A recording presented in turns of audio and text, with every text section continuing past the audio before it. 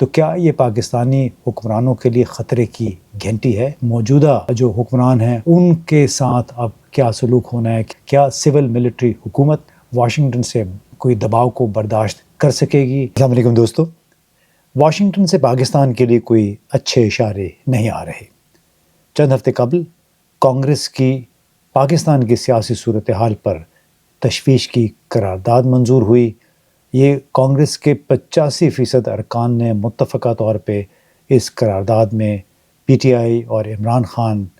کے حوالے سے صورتحال پر تشویش کا اظہار کیا اور عمران خان کے لیے یعنی سابق وزیر اعظم کے لیے انصاف کا مطالبہ کیا۔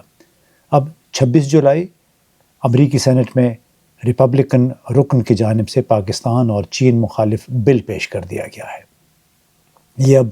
تازہ ترین تشویشناک اشارہ ہے پاکستان کے لیے، خاص طور پہ سینٹ میں جو ریپبلکن رکن ہیں مارکو روبیو، انہوں نے یہ بل پیش کیا ہے اور اس میں چین کے بڑھتے ہوئے اثر و نفوذ اور پاکستان سے بھارت کو لاحق مبینہ خطرات کی صورت میں بھارت کی مدد کا وعدہ کیا گیا یا اس کی استدعا کی گئی ہے۔ اب فلوریڈا سے تعلق رکھنے والے ریپبلکن سینیٹر مارکو روبیو 2011 سے سینٹ کے رکن ہیں۔ انہوں نے 2015 میں بطور صدارتی امیدوار انتخابات میں حصہ لیا تھا اور پرائمری انتخابات کے دوران کئی ریاستوں میں کامیابی حاصل کی، تاہم 2016 میں وہ انتخابی دوڑ سے باہر ہو گئے تھے۔ اب جو بل مارکو روبیو نے پیش کیا ہے سینٹ میں، اور سینٹ میں اس وقت ڈیموکریٹس کو 1 ووٹ کی برتری حاصل ہے، 1 یا 2 ووٹوں کی، تو اس بل میں بھارت کے ساتھ وہ سلوک یا وہ رویہ اختیار کرنے کی استدعا کی گئی ہے جیسے اسرائیل، کوریا، جاپان اور نیٹو کے اتحادی ممالک کے ساتھ ہوتا ہے، یعنی اس کے ساتھ ایک اچھا سلوک کرنے کی، اور امتیازی تو میں نہیں کہوں گا لیکن اس کے بالکل ایک اہم اتحادی کے طور پہ بھارت کو ٹریٹ کرنے کی استدعا کی گئی ہے۔ اب مارکو روبیو نے جو بل پیش کیا ہے اس میں یہ بھی ایک تاثر دیا گیا ہے کہ پاکستان بھارت کے خلاف جو کارروائیاں کر رہا ہے مبینہ طور پہ، اس کی وجہ سے پاکستان کے لیے امداد روکنی چاہیے اور کانگریس کو بھی اس سے آگاہ کرنا چاہیے، یعنی ایک باقاعدہ ایک مہم کے تحت میں سمجھتا ہوں جو بھارت کی طرف سے یہ چلائی گئی ہے اس کا یہ حصہ معلوم ہوتا ہے کہ حالانکہ اس وقت پاکستان سے بھارت کو کوئی خطرہ نہیں ہے، لیکن اس قرارداد میں چین کے ساتھ ساتھ پاکستان کو بھی نشانہ بنایا گیا ہے اور کہا گیا ہے کہ بھارت کے ساتھ کے حوالے سے یا بھارت کے خلاف جن کارروائیوں میں بھی پاکستان ملوث ہے اس کے حوالے سے اس کی پیش بندی کرنی چاہیے اور پاکستان کے اوپر پابندیاں لگانی چاہیے۔ اس بل میں نئی دلی کے ساتھ واشنگٹن کے اسٹریٹجک، سفارتی، اقتصادی اور فوجی تعلقات میں اضافے کی تجویز بھی پیش کی گئی ہے، جو کہ کوئی غیر معمولی بات نہیں ہے۔ ان کا 2+2 کا پہلے ہی ڈائلاگ چل رہا ہے بھارت اور امریکا کا، اور اس کے ساتھ ساتھ مختلف بین الاقوامی فورم میں بھی دونوں ممالک بہت قریب ہیں۔ اسٹریٹجک تعلقات ان کے گہرے سے گہرے ہوتے چلے جا رہے ہیں، خاص طور پہ ڈیموکریٹک حکومتوں میں ان تعلقات کو نئی جہت ملی ہے۔ اب جو رپورٹ واشنگٹن سے آئی ہے اس کے مطابق بل منظور ہونے کی صورت میں پاکستان پر نمایاں اثرات، منفی اثرات مرتب ہو سکتے ہیں، خاص طور پر ایک ایسے وقت میں جبکہ اسلام آباد اور واشنگٹن اپنے دو طرفہ تعلقات کو مضبوط بنانے کے لیے کام کر رہے ہیں۔ بظاہر کام ہو رہا ہے اسلام آباد اور واشنگٹن کے درمیان کہ کس طرح تعلقات کو بہتر کیا جائے، معلوم نہیں ان تعلقات کی جہت نوعیت کیا ہوگی، لیکن یہ ذہن میں رکھنا چاہیے کہ 3 دن کے اندر اندر یہ دوسری بڑی ڈیولپمنٹ ہے۔ اس سے پہلے کانگریسی کی ایک ہیئرنگ ہوئی تھی 23 جولائی کو، اور اس سماعت میں ڈیموکریٹک جو کانگریس مین ہیں بریڈ شرمن، انہوں نے امریکی سفیر کو عمران خان سے ملنے کا کہا، عمران خان کی نظر بندی اور ان کے خلاف مقدمات پر سنگین سوالات اٹھائے، ان تمام حالات کا احاطہ کیا اپنی انٹرونشن میں جن کا سامنا پی ٹی آئی کو 8 فروری کے انتخابات سے پہلے کرنا پڑا۔ اس ہیئرنگ میں ڈونلڈ لو جو اسسٹنٹ فارن سیکرٹری بھی موجود تھے. پاکستان کے حوالے سے ان سے بڑے تیکھے سوالات بھی پوچھے گئے، اور اس موقع پہ تو ڈونلڈ لو نے یہاں تک یہ بھی کہا کہ پاکستان میں چینی سرمایہ کاری ماضی کی بات ہے، یعنی وہ ایک قصہ پارینہ ہو چکی ہے. اور آج کل ہم جو خبریں سن رہے ہیں کہ پاکستان اور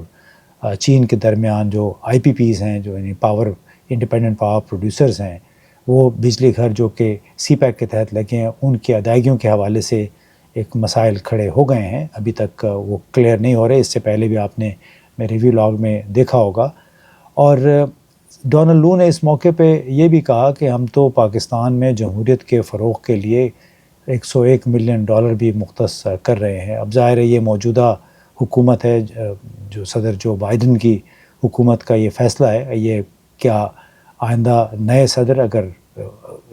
ریپبلکن صدر آتا ہے تو کیا یہ فیصلہ برقرار رہتا ہے، اس کا پتہ نہیں ہے. لیکن اب سوال یہ پیدا ہوتا ہے کہ کیا یہ جو ڈیولپمنٹس ہیں، خاص طور پہ پہلے کانگریشنل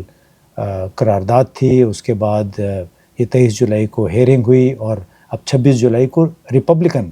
سینیٹر کی طرف سے یہ قرارداد ایک بل پیش کیا گیا ہے جس میں پاکستان کے حوالے سے خاصے کوئی آثار اچھے نہیں لگتے ہیں. تو اس سے سوال یہ پیدا ہوتا ہے کہ کیا یہ اگر ڈونلڈ ٹرمپ دوبارہ صدر منتخب ہو جاتے ہیں تو یہ جو دو اقدامات ہوئے 23 جولائی کو اور اب 26 جولائی کو، کیا یہ